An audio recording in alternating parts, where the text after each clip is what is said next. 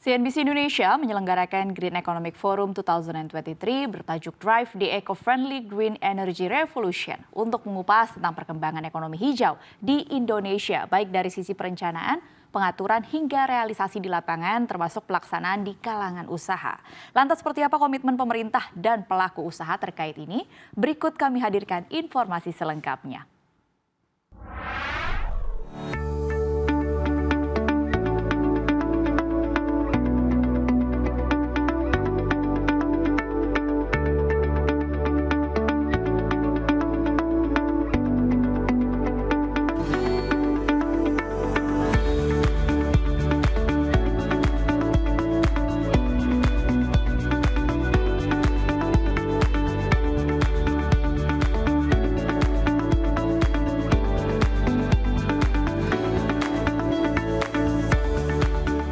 Ekonomi hijau menjadi perhatian di seluruh dunia termasuk Indonesia karena dinilai memberi manfaat bagi kelangsungan hidup suatu negara di masa kini dan masa depan.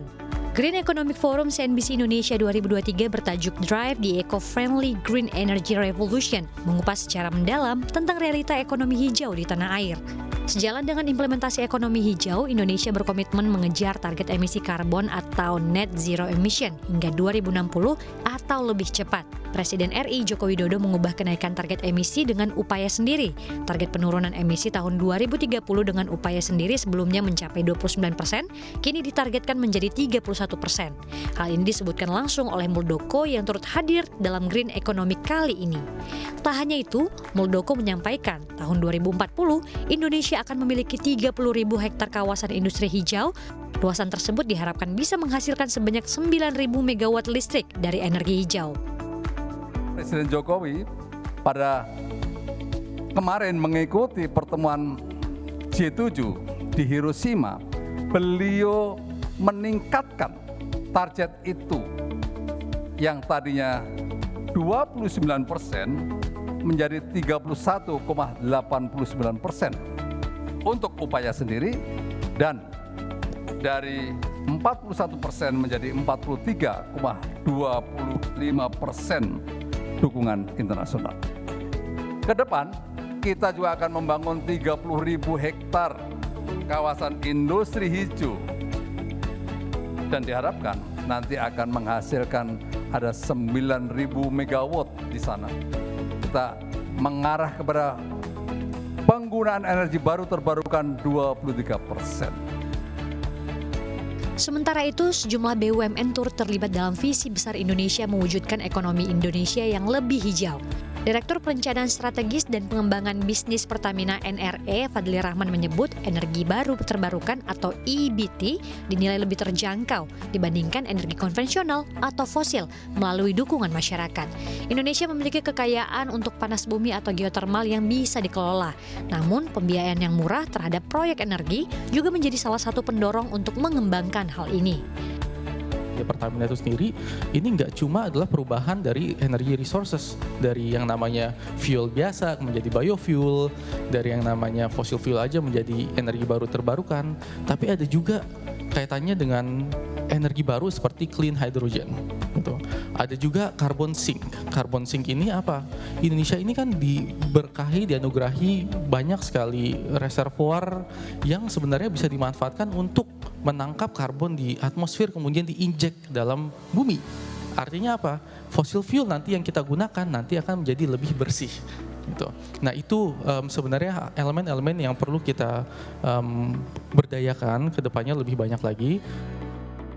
Masih terkait dengan energi hijau dalam rangka mewujudkan net zero emission, beberapa negara memilih untuk menyetop penggunaan PLTU batubara. Lantas bagaimana dengan Indonesia? PLN menegaskan bahwa pihaknya tidak akan menyuntik mati penggunaan PLTU secara keseluruhan. PLN akan mengubah PLTU disertai dengan teknologi co-firing. Adapun PLN juga membuka kemungkinan penggunaan pembangkit listrik tenaga nuklir. Sementara soal masa depan batubara, produsen batubara Bayan Resources menilai industri batubara justru bisa dimanfaatkan untuk mendukung industri petrokimia. Tidak berkomitmen untuk membangun PLTU batubara baru, hanya tadi yang sudah ada di dalam pipeline RUPTL. Kemudian bagaimana dengan PLTU existing? Jadi PLTU yang sudah ada, yang sudah beroperasi, bagaimana kita melakukan dekarbonisasi di situ? Nah, kami sudah melakukan dari sejak 2020 uji coba co-firing. Jadi kita lakukan co-firing dengan menggunakan biomass atau biomasa dan sudah mulai diimplementasikan secara komersil ya, sudah bukan uji coba lagi sejak 2021. Dan sampai 2022 ini sudah dilakukan co-firing di sejumlah 37 lokasi pembangkit. Ini adalah bisa menjadi industri petrochemical, itu yang terlihat pada saat ini.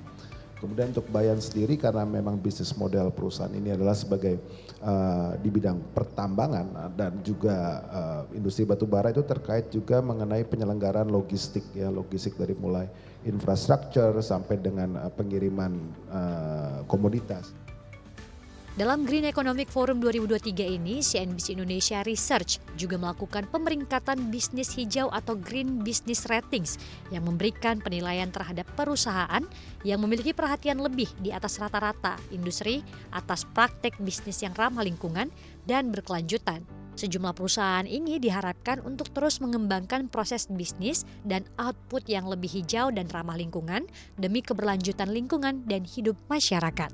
CNBC Indonesia Beyond Business.